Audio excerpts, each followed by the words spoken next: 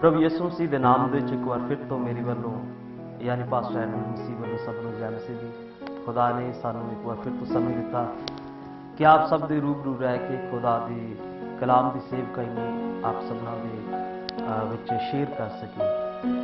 तो ਅੱਜ ਅਸੀਂ संत पौलुस ਦਾ ਲਿਖਿਆ ਗਿਆ ਅਫਸੁਸ ਨੂੰ ਖਤ ਅਫਸੀਆਂ ਦੀ ਪੱਤਰੀ ਉਹਦਾ 6 ਅਧਿਆਏ ਉਹਦੇ 10 ਵਚਨ ਤੋਂ ਲੈ ਕੇ तो 17 वचन तक पहले पैसेज रीड कर लवांगे। आत्मिक युद्ध के हथियार के बारे लिखा हुआ है। इसलिए प्रभु में और उसकी शक्ति के प्रभाव में बलवंत बनो, परमेश्वर के सारे हथियार बांध लो कि तुम शैतान की युक्तियों के सामने खड़े रह सको। क्योंकि हमारा ये मल्ल युद्ध लहू और मांस से नहीं परंतु प्रधानों से और अधिकारियों से और इस संसार के अंधकार के हाकिमों से और उस दुष्टता की आत्मिक सेनाओं से है जो आकाश में है। इसलिए परमेश्वर के सारे हथियार बांध लो कि तुम बुरे दिन में सामना कर सको और सब कुछ पूरा करके स्थिर रह सको। इसलिए सत्य से अपनी कमर कसकर धार्मिकता की झिलम पहनकर पांव में मेल के सुसमाचार की तैयारी के जूते पहनकर और इन सब के साथ विश्वास की ढाल लेकर स्थिर रहो, जिससे तुम उस दुष्ट के सब जलते हुए तीरों को बुझा सको और उद्धार का टोप और आत्मा की तलवार जो परमेश्वर का वचन है ले लो। प्रभु दे इस पढ़े और सुने गए कलाम से बरकत हो। मेरे अजीजों, संत पौलुस ने अफसुस ਨੂੰ खत लिखते हुए आम और खास विश्वासियों के लिए एक संदेश लिखा कि असी सारे आत्मिक युद्ध के अंतर्गत हाँ। अज हर विश्वासी, अज हर ईमानदार का युद्ध जो है वो जो आकाश दे विच सेना है शैतान दी। आकाश दे विच स्वर्ग विच नहीं, दो शब्द ने। स्वर्ग विच परमेश्वर रहता, जमीन तो ऊपर जो आसमान है उहदे विच शैतान ने अपना डेरा वसा के रखा है और वो इंसानां दे विच अलग अलग तरीके दे नाल काम करके उन्होंने गुमराह करदा, उन्होंने भटका दिंदा, उन्होंने सच्चाई के रस्ते तो अलग कर दिंदा है। तो संत पौलुस ने अफसुस ਨੂੰ एक खत लिखते हुए कहा कि तुसी जो विश्वासी, जो ईमानदार हो, विश्वास रखने वाले हो, तुहानू याद लेना होएगा कि तुसी एक आत्मिक युद्ध के अंतर्गत हो, तुसी युद्ध के विच शामिल किए गए हो। अज जो युद्ध लगा होया है इंसान के, युद्ध का जो स्थान है वो इंसान का दिमाग है। शैतान चाहता है कि इंसान के दिमाग को अपने काबू में किया जाए। वो अलग अलग उहदियां एक्टिविटी जो चालू ने बहुत सारे जरिए के द्वारा अज शैतान इंसान को अपने अधीन करना चाहता है। बुरे ख्यालों के द्वारा युद्ध का जो मैदान है वो इंसान का दिमाग है, उसका मस्तिष्क है, जिहदे विच शैतान रह के लोगों को गुमराह करता और तबाही के मंजिल तक पहुँचा सकता है। तो जरूरी है कि सानू इस युद्ध के मैदान में साड़ी भी पूरी तैयारी होनी चाहिए है। बेशक प्रभु यीशु मसीह ने शैतान को पूरी तौर के पराजित किया, हरा दिता। उसके बावजूद भी अज भी शैतान जो हारिया होया भी है, फिर भी छोटे छोटे तीरां दे नाल वो इंसान के दिल नूं, दिमाग नूं, उहदे जिस्म नूं विन सुटदा है। तो साडा जिस्म, साडियां विचारां, साडा दिल, साडा हृदय वो शैतान के तीरां दे नाल किते जख्मी ना हो जाए, इहदे लई सानूं एक सैनिक की तरह खड़े होने की जरूरत है। तो मुकद्दस अंजील दे विच लिखिया होया है कि तुसी एक सैनिक की तरह। संत पौलुस ने जब इस एक सैनिक की तस्वीर साडे सामने पेश की तो एक रोमी सैनिक जैसा हुंदा सी। तुसी देखिया होगा जी जिस फिल्म दे विच या फिर पैशन ऑफ क्राइस्ट दे विच जो सैनिक बनाए गए सी, वैसा ही एक सैनिक। सब तो पहला लिखा है कि तुसी एक सैनिक की तरह तैयार होना है ताकि तुसी अंधकार के राजे महाराजे के नाल लड़ सको, युद्ध कर सको। जो आकाश दे विच सेना उहदी स्थापित की गई शैतान दी, उहदे सामने तुसी खलो सको। क्योंकि दिन बुरे आ रहे हैं तो असी उन्हां दा सामना करना और दिन बुरे भी चल रहे हैं। तो सब तो पहली गल लिखी है सच्चाई दे नाल अपनी कमर कस लेना। एक सैनिक दे ढिले ढाले जिहड़े कपड़े हुंदे ने, कोई कुर्ता पा के तो जंग में नहीं जा सकता, क्योंकि उन्होंने तलवार चलाने वेले बड़ी मुश्किल आएगी। तो सब तो पहली गल है सच्चाई। एक ईमानदार, एक विश्वासी की जिंदगी में सब तो पहला जो खुदा का काम है, एक सैनिक का काम है, वो है सच्चाई। सच्चाई बहुत मायने रखती है। अज लोग हासे मजाक के राही, चुटकुलियां के राही, फनी वीडियो दे राही या फिर अप्रैल फूल दे राही किसी को शदाई बनाना या खुद बन के दसना, ये बहुत प्रचलित हो रहा है। तो ये सानू सच्चाई तो दूर लै जांदियां गल्लां। साडे कपड़े एक ढिले ढाले कपड़े असी छोटी छोटी गल ते सौं खाना शुरू कर देंगे हाँ। सच्चाई प्रभु यीशु मसीह ने कहा अगर सच्चाई है तो सौं भी खाने की जरूरत नहीं, तुहाडी हाँ दी हाँ और ना दी ना होनी चाहिए है। एक ईमानदार नूं सच्चाई दे नाल अपनी कमर कस के रखनी है, उहदी जुबान दे विच निकलण वाला हर शब्द सच्चाई वाला होवे और अदालत दे विच भी बाइबल विच लिखिया तू सच्चा होवे, हर अदालत जद तेरा न्याय होवे।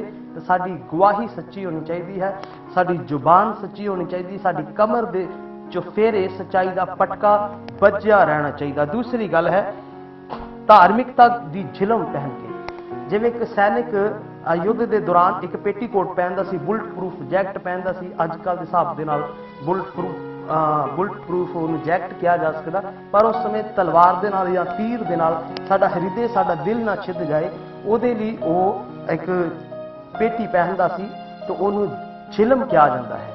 वो मेरे अजीजों सानू धार्मिकता की पहन के रखनी है। अज नौजवानों के लिए मैं एक खास गल बोलनी चाहांगा, या उन्होंने तमाम लोगों के लिए जिन्हों के दिल छिदे हुए ने खंजर दे नाल तीर दे नाल। तुसी अलग अलग जगह के तस्वीरां भी देखी होणगियां कि दिल दे विच तीर लगा होया या खंजर लगा होया। ये दिल उदू छिदेगा, दिल उदू छेदिया जाएगा जिन्नी देर असीं धार्मिकता की झिलम नहीं पहन के रखते। हर वो ईमानदार चाहे वो नौजवान है विश्वासी है, अगर कोई भी है, अगर उन्हें अपने दुआले धार्मिकता नूं पहन के रखा होया है, हो ही नहीं सकता कि वह दिल शैतान छेद सके या उन्हें ठोकर लगे या उसके दिल के आर पार छेद हो सके शैतान के द्वारा तीरां दा या फिर उहदे कीते हमलियां दा। तो उस समय साडे उत्ते वार हुंदा जदों साडे दुआले धार्मिकता नहीं लपेटी हुंदी। तीसरा है पैरां दे विच मेल दे सुसमाचार की तैयारी के जुत्ते पहनने। प्रभु ने सानू मेल मिलाप की सेवकाई दी हुई है, और हर विश्वासी को जब भी किसी बीमार का पता लैन जाता है या फिर किसी के घर में जाता, वह मेल परमेश्वर के नाल होना चाहिए। बहुतियां दे एक दूसरे घर के आउण दे नाल पाप शराब बच जाते हैं, पर एक मसीह सच्चे विश्वासी के किसी घर में जाण के कारण उस दूसरे इंसान का मेल परमेश्वर के नाल हो जाता है, क्योंकि साडे पैरों दे विच मेल दे सुसमाचार की जुत्ती पहनी हुई है और वह तैयारी की जुत्ती है। फौज के दिनों के दौरान जब कोई जंग के दिनों के होगा फौजी, तो वह की करता है, वो रात के वेले भी जब सौंदा तो अपने जुत्ते अपने बूट पहन के सौंदा है। वो इस करके पहन के सौंदा कि उन्होंने कभी भी किसी भी समय उठ के जाना पै सकता है। तो साडे पैरों के हमेशा ही सिर्फ ऐतवार ही नहीं या फिर शनिवार या बुधवार ही नहीं, हमेशा पूरे हफ्ते के 7 दिन और बाकी के दिनों के भी साडे पैरों के दुआले मेल की सुसमाचार की तैयारी के जुत्ते पहनने सानू बहुत जरूरी ने। और हमेशा इस गल के लिए कि असी हर उस इंसान का परमेश्वर के नाल मेल करवा सकीए, और साडा मेल उही करवा सकेगा जिसका खुद का मेल परमेश्वर के नाल या यीशु मसीह के नाल होया। तो ये है मेल की सुसमाचार की तैयारी के जुत्ते। और इन्हां सबना दे नाल विश्वास की ढाल लै लैनी। एक हाथ विच तलवार हुंदी सी ते एक हाथ विच ढाल हुंदी सी। तो ढाल बड़ी छोटी जी ढाल नहीं, रोमी सैनिक दे कोल एक ढाल हुंदी सी पूरे दरवाजे जिन्नी।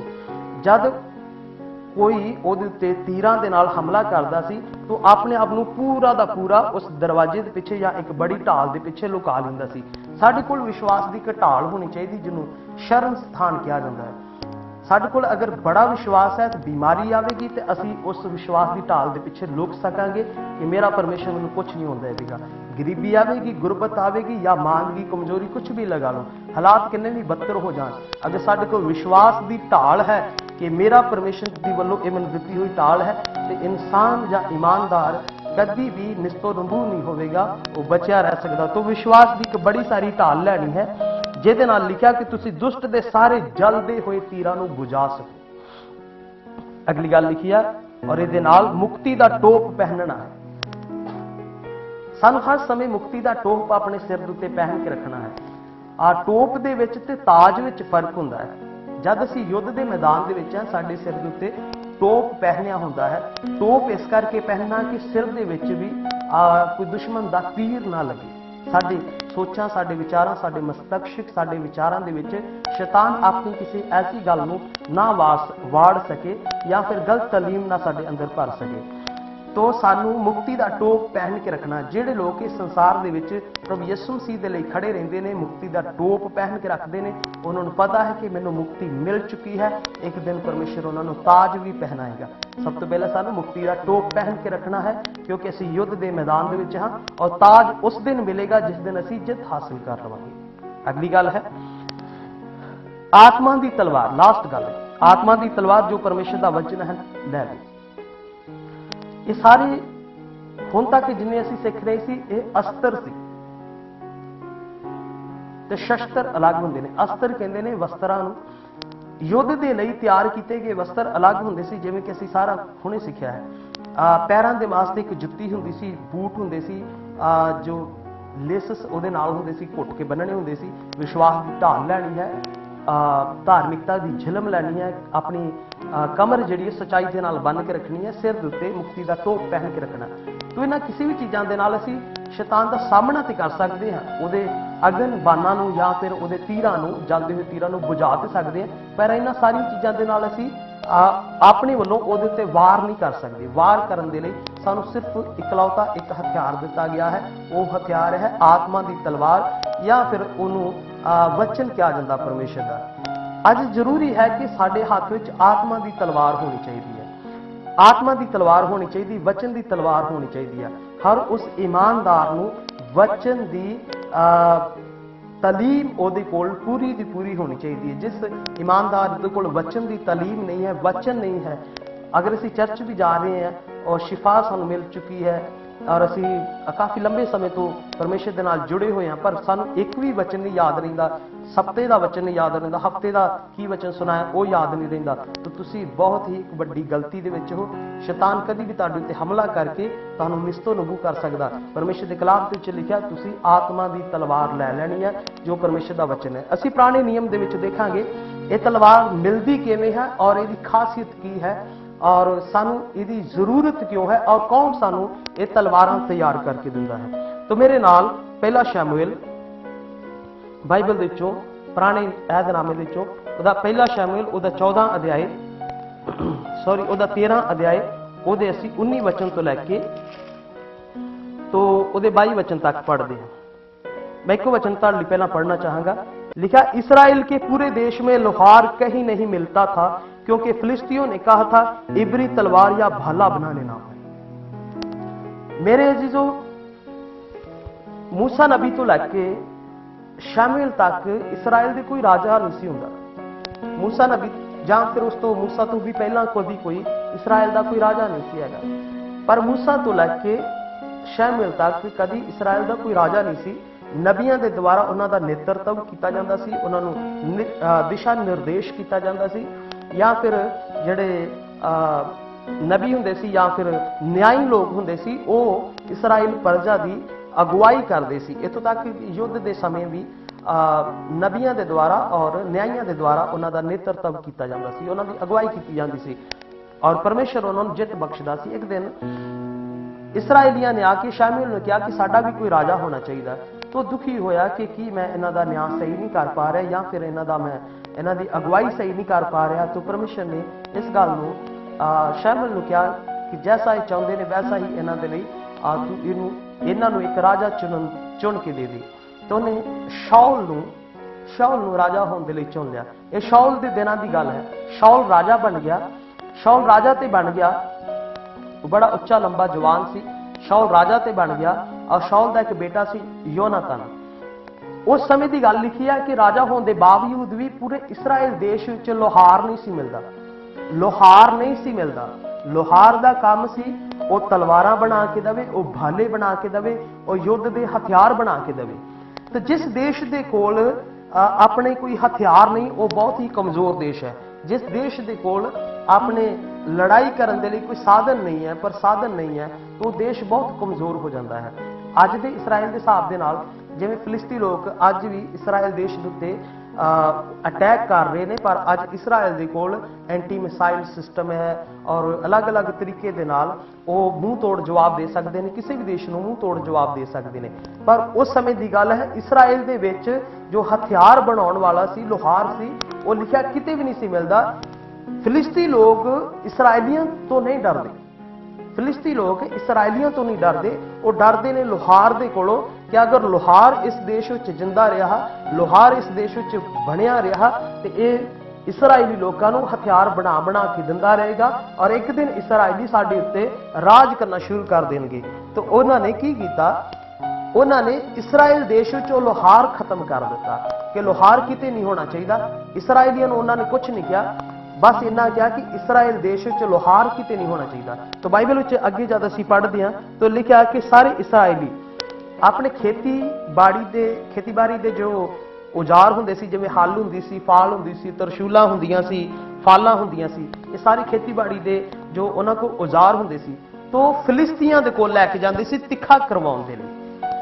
तो फिलिस्ती लोग की करदे सी, जिहड़े फिलिस्ती लोकां दे लोहार हुंदे सी उन्हां नूं उह साण ते नहीं सी लगांदे, लोहे दे विचों दी नहीं सी तपांदे, बस उन्हां रेती रखी हुंदी सी, थोड़ी रेती लगा दिंदे सी, थोड़ा तिखा कर दिंदे सी। वो इस गल तो भी डरदे सी कि इसराइली लोग अगर इन्हां चीज़ां दे नाल ही साडे उत्ते कदी किते हमला ना कर देण तो उन्हां रेती रखी हुंदी सी, उन्हां लोहारां ने, फिलिस्तीआं दे लोहारां ने रेती रखी हुंदी सी, रेती दे नाल थोड़ा थोड़ा उहनूं तिखा कर दिंदे सी। ते लिखिआ युद्ध दे फिर दिनां दे विच 23 वचन विच लिखिआ युद्ध दे दिनां दे विच शाऊल ते योनातान तो इलावा पूरे इसराइल देश विच सिर्फ 2 ही तलवारां हुंदियां सी, एक शाऊल दे कोल हुंदी सी, एक योनातान दे कोल हुंदी सी, सिर्फ 2 तलवारां हुंदियां सी। पूरे इसराइल देश विच सिर्फ 2 तलवारां हुंदियां सी। तो मेरे जीजो इस वचन के जरिया मैं अज खुदा दे रूह दे नाल तुहाडे नाल मुतफिक होकर तुहानूं दसना चाहुंदा हां, शैतान की भी अज यही मनसा है। शैतान विश्वासियों कोलों नहीं डरदा, वो किन्ना विश्वास करदा उहदे कोलों भी नहीं डरदा। वो एक रिश्ता हो सकदा परमेश्वर दे नाल, ईमानदारां दे कोलों नहीं डरदा। शैतान उस विश्वासी दे कोलों, उस ईमानदार दे कोलों डरदा है जिहदे हत्थ विच आत्मा दी तलवार है, वचन दी तलवार है, जो वचन दे द्वारा शैतान नूं मूंह तोड़ जवाब दे सकदा है। जिहदे कोल वचन नहीं है वो कदी भी गुमराह हो सकदा है। अज सानूं जरूरत है लोहार दी। पवित्र शास्त्र बाइबल विच जदों असीं अफसियां दी पत्री पढ़ रहे हैं तो उहदे विच लिखिआ सी कि तुसीं आत्मा दी तलवार लै लो। तो परमेश्वर ने अज दे समय भी नियुक्त करके दिते हुए ने, रसूल नियुक्त करके दिते हुए ने, पासबान सानू दिते हुए ने और प्रचारक दिते हुए ने और उस्ताद दिते हुए ने, नबी दिते हुए ने। ये 5 तरह की सेवकाई दी हुई है। वो लोहार का काम करते हैं। लोहार आत्मा की तलवार सानू तैयार करके देगा, वचन के प्रकाशनों के द्वारा सानू वचन समझाएगा। वैसे तो ये बाइबल सबना के घर में होंगी है, पर जिन्नी देर इनू कुछ समझाने वाला या इहदा सही तर्जमा करने वाला ना होवे, साडे वास्ते सिर्फ एक किताब रहिंदी है। पर जिस वचन की सानू जानकारी होंदी है, जिस वचन का सानू प्रकाशन मिलता है, वही वचन साडी जिंदगी विच काम करदा। जिस वचन असीं मन लेंदे हां वही वचन साडी जिंदगी च काम करदा है। तो अज भी शैतान की यही मर्जी है, वो लोहार खत्म कर देवे। सानू जरूरी है कि असीं एक ऐसे चर्च के नाल, एक ऐसी संगत के नाल जुड़िए जो बाइबल आधारित चर्च होवे, जिथे बाइबल सिखाई जाती है, जिथे बाइबल का ज्ञान सिखाया जाता है। सिर्फ एक पास्टर दे कोल या उहदे असिस्टेंट दे कोल 2 तलवारां होणियां काफ़ी नहीं, या एक पास्टर दे कोल और एक उहदी पत्नी दे कोल 2 तलवारां होणियां काफ़ी नहीं। युद्ध के दिनों के विच शाऊल और योनातान दे कोल 2 तलवारां सन, पर की इस तरीके दे नाल वो जित सकते सी, बशर्ते कि फिर भी परमेश्वर ने उन्होंने जिताया। पर जे अज के जमाने के हिसाब से गल की जाए, अगर एक ईमानदार नूं या विश्वासी नूं जितना है, हर एक दे घर विच और हर ईमानदार दे कोल और हर विश्वासी दे कोल आत्मा की तलवार, वचन की तलवार का होना बहुत जरूरी है। तुसी बाइबल आधारित चर्च विच जाओ, जिथे तुहानूं बाइबल सिखाई जाती है। ऐसे पासबानां की इज्जत आदर सत्कार करो जो तुहानूं बाइबल सिखाते हैं, जो तुहानूं एक लोहार का काम कर रहे हैं, वचन घड़ घड़ के दे रहे हैं, तलवारां दे रहे हैं, ताकि तुसी बुरे दिनों के विच शैतान का सामना कर सको। सो इस वचन के द्वारा प्रभु आप सबनूं बरकत देवे। एक बार फिर तो मैं दसना चाहांगा कि लोहार की अज बहुत जरूरत है। अगर तुसी भी ਲੋਹਾਰ ਦੀ ਜ਼ਰੂਰਤ ਇਸ ਕਰਕੇ ਹੈ ਕਿ ਉਹ ਸਾਨੂੰ ਵਚਨ ਤਿਆਰ ਕਰਕੇ ਦੇਵੇ, ਉਹ ਸਾਡੇ ਲਈ ਵਚਨਾਂ ਦੀ ਤਲਵਾਰ ਸਾਡੇ ਲਈ ਤਿਆਰ ਕਰਕੇ ਦੇਵੇ। ਤੁਹਾਡੀ ਜ਼ਿੰਮੇਵਾਰੀ ਰਹੇਗੀ ਕਿ ਤੁਸੀਂ ਵੀ ਵਚਨਾਂ ਨੂੰ ਪੂਰੇ ਦਿਲ ਤੋਂ ਪੜ੍ਹੋ, ਸਿੱਖੋ, ਅਮਲ ਕਰੋ ਔਰ शैतान ਦਾ ਸਾਹਮਣਾ ਕਰ ਸਕੋ। प्रभु दिस पढ़े और सुनेंगे कलाम उत्ते बरकत होवे। एक बार फिर तो मेरी वालों जाने पास्टर एडविन मसीह वालों सब जय मसीह दी। खुदा आप सब बहुत सारी बरकत दे।